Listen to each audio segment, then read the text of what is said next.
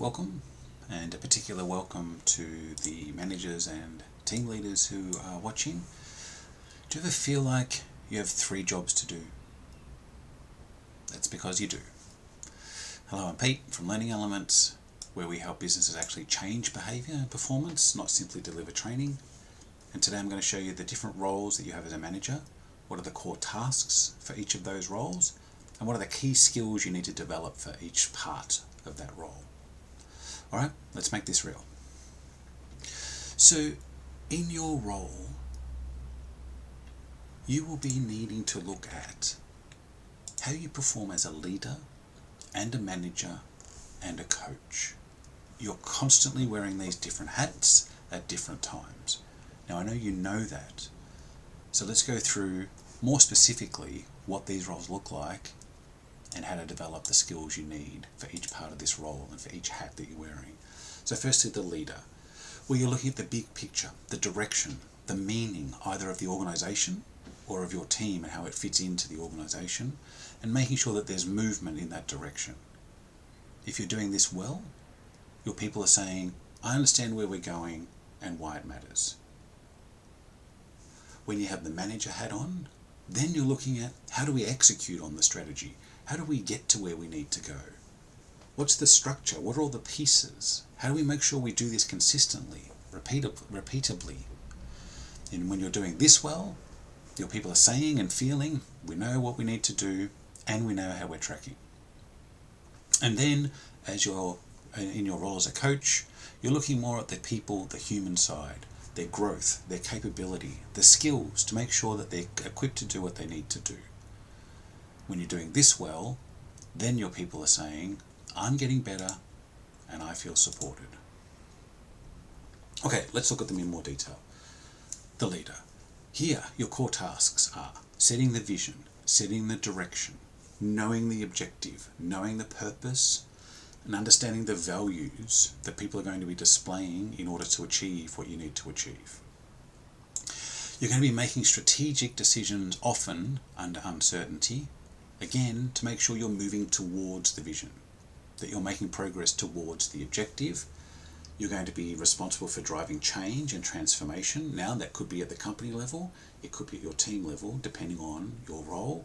And you need to be able to align people towards this shared goal, this shared future, and create belief and momentum to get there. So for this, your key skills will be more around strategic thinking, seeing the patterns, the trends, the long-term implications of doing things. You need to be a very good communicator and storyteller. You need to turn theory and words into a story and something that people feel, not just understand. You need to have high emotional intelligence. You need to be able to read people, read the room, understand how people are working together, build trust, a major part or any major skill in any of these components, and understand and manage energy of individuals and of groups.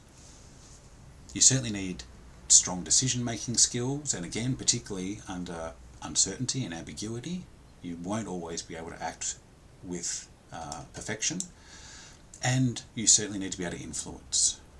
Yeah, you need to be able to influence individuals, your team, your peers, potentially external stakeholders. Then as the manager, your core tasks here are more around how you translate the strategy into plans, into priorities, into something executable. Setting goals, setting key performance indicators, setting expectations, allocating the resources, making sure you have the right people at the right place at the right time, potentially with budgets as well, monetary resources. How do we make sure we have all the pieces in place and the systems in place to move towards the vision? You'll need to be monitoring performance and progress.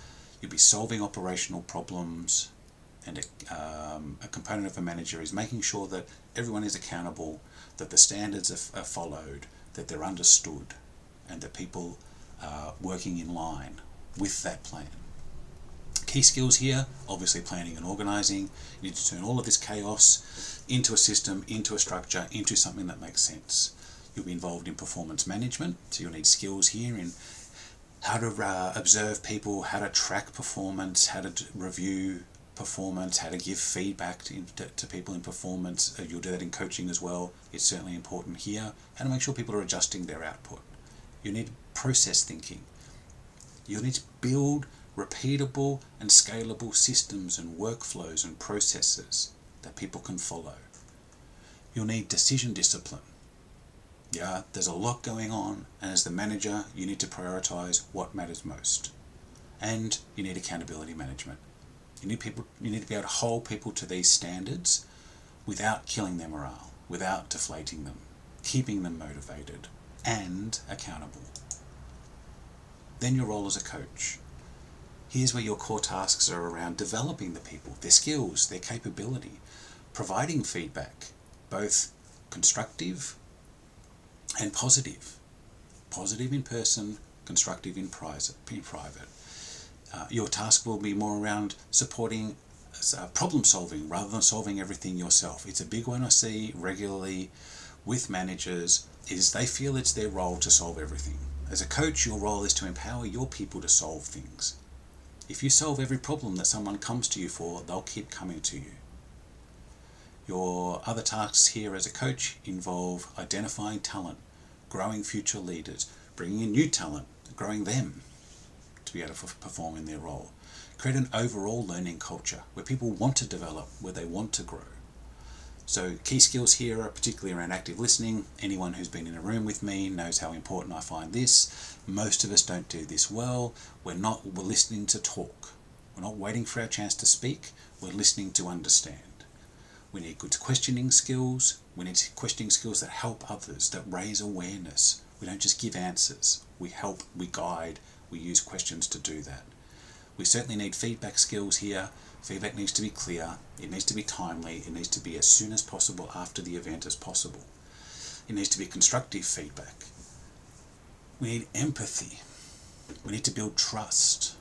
Two very simple words, two very complex skills. These take time. Yeah, we need to create safe, empowered spaces where we understand people and they trust us and we trust them. And we need skills in development planning. We need to know the skills involved to turn these individual people into high performers and how we do that. What are the mechanisms to do that? Now, of course, these skills, these roles don't all happen in order. It's not logical. You need to be aware of what's happening and be ready to adapt, because sometimes they overlap. Also, depending on your role, the ratio of where you're spending your time as a leader, a manager, a coach will change.